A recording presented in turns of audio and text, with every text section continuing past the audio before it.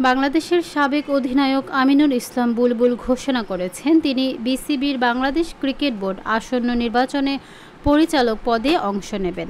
মাস তিনেক আগে বিসিবির সভাপতির দায়িত্ব নেওয়ার সময় বুলবুল জানিয়েছিলেন তিনি সংক্ষিপ্ত সময়ের জন্য বোর্ডে কাজ করতে এসেছেন।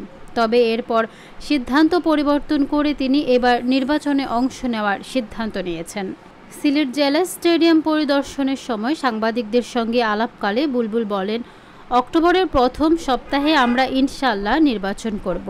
তিনি নিজের হঠাৎ সিদ্ধান্ত বদলের কারণও ব্যাখ্যা করেন। আমি বলেছিলাম কুইক ইনিংস খেলার কথা, কিন্তু সেই কুইক ইনিংস শেষ হয়নি, তাই টি-20 থেকে 50-50-তে যাওয়ার মনস্থির করেছি। এছাড়া আমাদের অনেক সম্ভাবনা আছে, তাই নেক্সট স্টেজে নিয়ে যাওয়ার জন্য এই সিদ্ধান্ত নিয়েছি। বুলবুল বলেন, সাবেক অধিনায়ক তামিম ইকবালও নির্বাচনে অংশ নিতে পারেন, তবে তিনি প্রধান হওয়ার লক্ষ্যই করবেন। তামিমের সঙ্গে সম্ভাব্য প্রতিদ্বন্দ্বিতা সম্পর্কে তিনি জানান, আমার সাথে কথা হয়নি। সবার প্রতি শ্রদ্ধা থাকবে, সহযোগিতা থাকবে।